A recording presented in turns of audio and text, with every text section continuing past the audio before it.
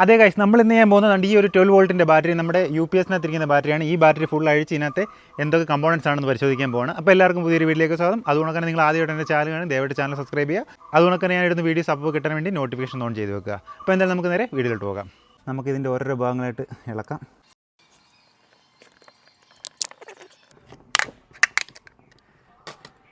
ഇങ്ങനെ first portion അഴിച്ചപ്പോൾ നമുക്ക് കണ്ട ഇതെനിക്ക് തോന്നുന്നു ബാറ്ററി വെള്ളം ഒഴിക്കാനുള്ള സ്ഥലമാണെന്ന് തോന്നുന്നു. അതെ, ബാറ്ററിയുടെ വെള്ളം ഒഴിക്കാനുള്ള സ്ഥലമാണ്.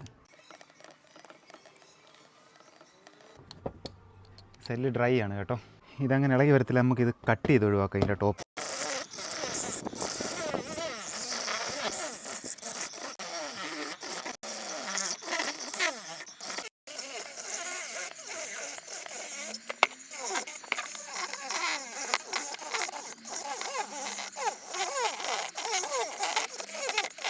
നമുക്കിച്ചിരി വലിയ സ്കൂട്ടറായിട്ട് കുത്താം.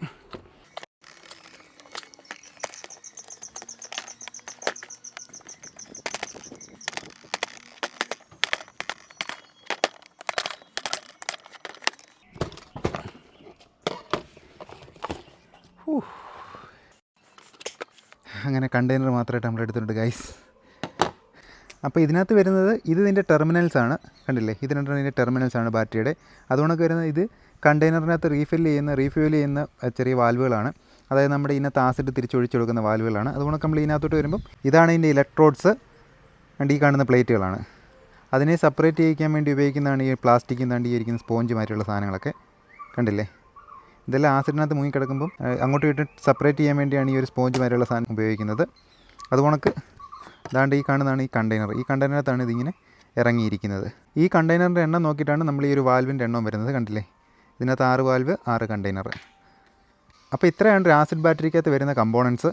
അപ്പോൾ ഇത്രയും കമ്പോണൻസ് ആണ് നമ്മുടെ ലെഡ് അയൺ ബാറ്ററിക്കകത്ത് വരുന്നത്. ഇതിൻ്റെ വർക്കിംഗ് കാര്യങ്ങളൊക്കെ ഞാൻ ഡിസ്ക്രിപ്ഷനിൽ കൊടുത്തേക്കാം. അതല്ലാതെ നമ്മൾ ഗൂഗിളിൽ സെർച്ച് ചെയ്ത് കഴിഞ്ഞാൽ ഇതിൻ്റെ വർക്കിംഗ് കാര്യങ്ങളെല്ലാം മനസ്സിലാവും. അങ്ങനെയുള്ള ചെറിയ 2-3 വീഡിയോയുടെ ലിങ്ക് ഞാൻ ഡിസ്ക്രിപ്ഷനിൽ ഉൾപ്പെടുത്തിയേക്കാം. അപ്പോൾ എന്തായാലും ഒരു ചെറിയ വീഡിയോ ആണ്. ഈ വീഡിയോ എല്ലാവർക്കും ഇഷ്ടപ്പെടുവാണെങ്കിൽ ദയവായിട്ട് എല്ലാവരും ഒന്ന് ലൈക്ക് ചെയ്യുക. അതുകൊണ്ട് തന്നെ ഈ വീഡിയോ ചെയ്തിരിക്കുന്നത് നമ്മൾ ഇതിനുള്ള ബാറ്ററിക്കകത്ത് എന്താണെന്ന് അറിയാൻ വേണ്ടിയുള്ള ക്യൂരിയോസിറ്റി ഉള്ള കുറേ ആൾക്കാർ കാണും. അങ്ങനെയുള്ളവർക്ക് വേണ്ടിയാണ് നമ്മൾ ഈ വീഡിയോ ചെയ്തിരിക്കുന്നത്. അപ്പോൾ എന്തായാലും ഈ വീഡിയോ ഇത്രയേ ഉള്ളൂ. ഇന്നത്തെ വീഡിയോ ചെറിയൊരു വീഡിയോ ആണ്, നമ്മൾ വൈൻഡ് അപ്പ് ചെയ്യാണ്. അപ്പോൾ എന്തായാലും തുടർന്ന് നമ്മൾ വീഡിയോകളൊക്കെ ചെയ്യുന്നതായിരിക്കും. അപ്പോൾ ആ വീഡിയോകളൊക്കെ കാണാൻ വേണ്ടി നിങ്ങൾ ദയവായിട്ട് ചാനൽ സബ്സ്ക്രൈബ് ചെയ്യുക. അപ്പോൾ എന്തായാലും നമുക്ക് അടുത്ത വീഡിയോയിൽ വീണ്ടും കാണാം.